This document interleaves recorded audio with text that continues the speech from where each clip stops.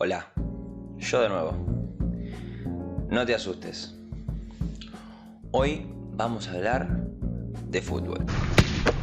Esto no es fútbol, esto es fútbol de primera. Sí, de fútbol y precisamente de penales. Ya sé, todo el mundo está hablando de penales, pero es mi momento, déjenme.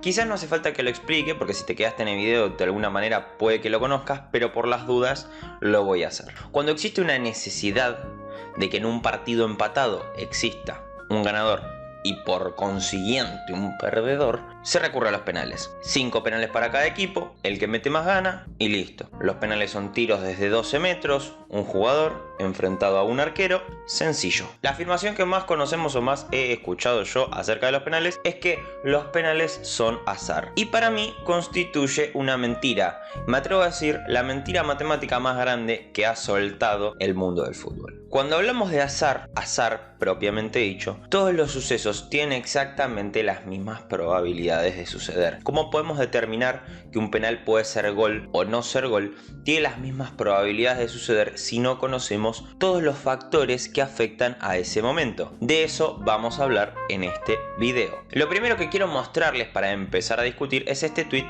de Gerard Piqué, jugador español que actualmente se desempeña en el Fútbol Club Barcelona. Siempre quise decir eso, perdón. En el tweet habla sobre la definición por penales entre Italia y España por la Eurocopa, en el que ya sabemos a la hora de ver este video que ganó Italia, perdón por los spoilers. Y lo que dice Piqué es que todos los que comenzaron pateando en la tanda de penales, tanto en la Eurocopa como en la Copa América, ganaron sus partidos, que esta forma de patear penales era injusta. Bueno, pero esto que dice Piqué es cualquiera o se está quejando porque perdió.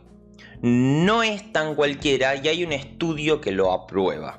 Exacto, existe un estudio realizado por el catedrático de Economía de la London Schools of Economics, pronunciation, Ignacio Palacios Huerta, que asegura que el equipo que inicia una tanda de penales, es decir, que efectúa el primer penal, tiene un 21% más de probabilidades de ganar. ¿Pero qué factores se analizan para llegar hasta esta estadística? Bueno, la muestra, es decir, el objeto de estudio que utilizó Ignacio, se basa en 269 tandas de penales, lo que más o menos son 2.820 disparos entre los años 1970 y 2008. Pero ¿cómo explicamos esto? ¿Cómo explicamos esta estadística? ¿De dónde nos vamos a agarrar? ¿El que gana el sorteo puede patear más fuerte? ¿Una moneda define quién va a ganar en la tanda de penales? ¿Ese que patea primero puede patear desde más cerca? No. Claro que no. Quizás un segundo tuit de Piqué pone un poquito en juego este factor invisible del que quiero hablar, que parece tener bastante importancia a la hora de tirar penales. A Piqué alguien le responde este tweet que yo mostraba antes y él responde con este otro tweet que afirma que el ir perdiendo en la tanda de penales puede afectar notoriamente a la cabeza de quien tiene que patear después de alguien que haya metido el gol. Es decir, que ir por debajo afecta a quien tiene que patear y tiene que empatar esa tanda de penales, básicamente. Bueno, tengo algunos ejemplos para analizar, pero primero necesito introducir la matemática en este video. Y eso lo vamos a hacer con una teoría que se llama la teoría de juegos. Aunque no lo crean, la teoría de juegos es una teoría que surge desde la matemática y que está relacionada con la toma de decisiones. Pero para definírselas bien, les voy a decir que la teoría de juegos es un área de la matemática aplicada que utiliza modelos para estudiar interacciones en los juegos, en estructuras en las que uno gana, otro pierde, en las que las decisiones de uno afectan a las decisiones que pueda tomar el contrincante. Le debemos los inicios de esta teoría a John von Neumann, una teoría que en principio se desarrolla en relación con la economía, pero que hoy vamos a aplicar a los penales. Claro, está bastante claro, en los penales se juega la decisión de un jugador que patea contra la decisión de un arquero que debe atajar ese tiro. El jugador debe pensar a dónde tira para que el arquero no ataje ese penal y el arquero debe decidir a dónde se tira para que el jugador no le meta ese penal. La tiro a la derecha, él se tirará a la izquierda, él se tirará a la izquierda, yo se la tiro a la derecha. Se pone en juego un conjunto enorme de decisiones entre dos personas que son contrincantes y el resultado será uno solo. Uno gana y otro pierde. No hay ningún tipo de negociación en el medio. Ahora sí, arranquemos con el primer ejemplo.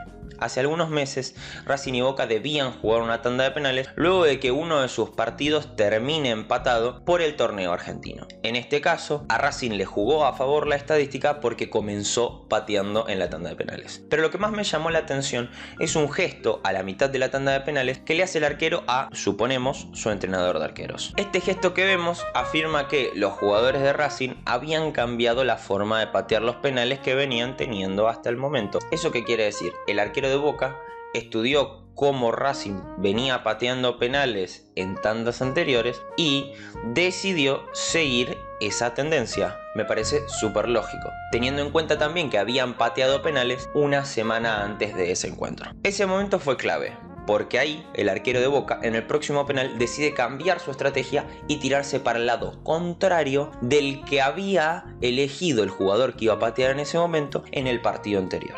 Es decir, si mi jugador pateó a la derecha en su último partido, yo me voy a tirar a la izquierda. Así funcionó y el arquero de Boca ataja el penal. Ahora me voy a tomar el atrevimiento de meterme en la cabeza del arquero de Boca y ponerme a suponer qué es lo que pensó en el próximo penal. Él dijo, yo hice el gesto, me vieron todos, cambié de lado y atajé el penal.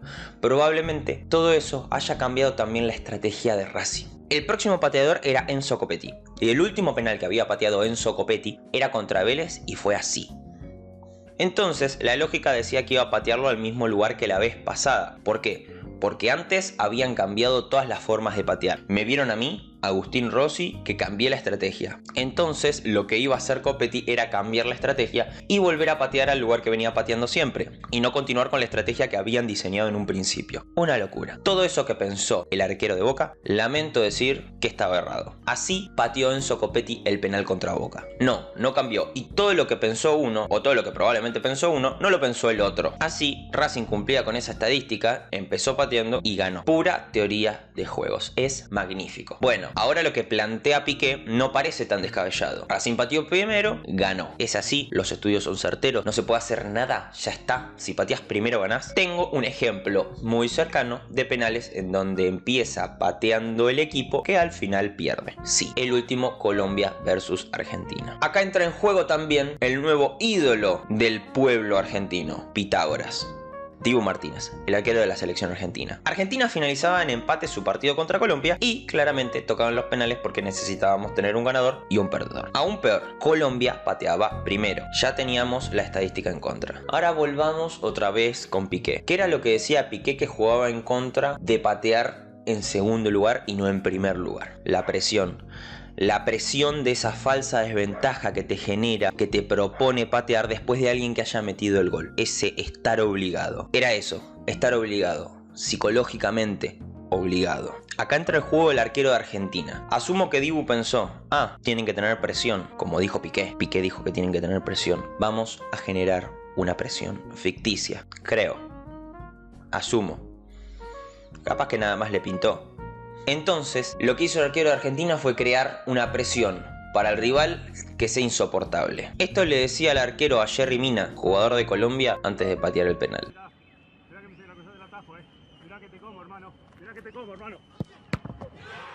¿Qué es lo que yo asumo que piensa Yerry? En primer lugar, a este tipo le tengo que meter el penal. Le tengo que meter el penal. Tengo que patear fuerte, tengo que meter el penal y tengo que bailar. Y tengo que bailar mucho, porque este tipo es mi rival, es mi mayor rival. Estoy obligado a meter el penal. Segundo, Dibu lo mira y le dice, mirá que si me la cruzás, te lo atajo. En ese momento de tensión funciona la psicología inversa. Y Yerry patea fuerte, pero sin cruzarla. Dibu atajó y su presión psicológica funcionó. Y sobre todo ese juego de decisiones en el que anticipás lo que vas a hacer y el otro jugador no sabe si eso que estás diciendo es verdad, es mentira o puede condicionar la forma en la que yo tomo decisiones a la hora de patear. ¿Está mintiendo o dice la verdad? ¿Se va a tirar a yo que tire cruzado o no se va a tirar para ese lado? Es todo un mar de confusión. Quiero cerrar con otro, que fue gol, pero quiero cerrar una cuestión. Dibu Martínez no para en absoluto de decirle al jugador contrario, Borja, además de todo lo que le decía, que lo mire a la cara, mientras le decía todo lo que también le había dicho a Yerry Mina. Esto terminó en gol,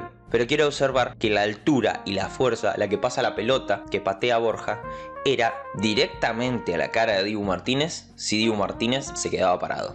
Conclusiones. En primer lugar, no banalicemos el azar. Muchas veces creemos que muchas cosas son azar y no son más que una concatenación de decisiones nuestras. Decir, hacer, pensar, decidir. En segundo lugar, la teoría de juegos es algo que no solo funciona en los juegos, sino que funciona en la vida cotidiana. La teoría de juegos nace de la matemática y eso es una conclusión a la que quiero llegar. Muchas veces creemos que la matemática son solo números y hacer cuentas, pero muchas veces también está relacionada con la toma de decisiones. ¿Voy a saber tomar mejores decisiones si aprendo el cuadrado de un binomio? No, probablemente no. Todo dependerá de cómo apliques ese aprendizaje y no de aprendértelo de memoria. Quizás es esta una crítica a la forma en que aprendemos matemática. Quizás deberíamos desnudar un poco más nuestras intenciones como profesores de matemática. Tal vez. ¿Dibu Martínez estudió un montón de matemática para hacer esto? No lo creo. Pero lo que sí creo es que dentro de la matemática, el razonamiento lógico, matemático, las decisiones y el pensar y anticiparse puede ayudarnos mucho a la hora de afrontar no solo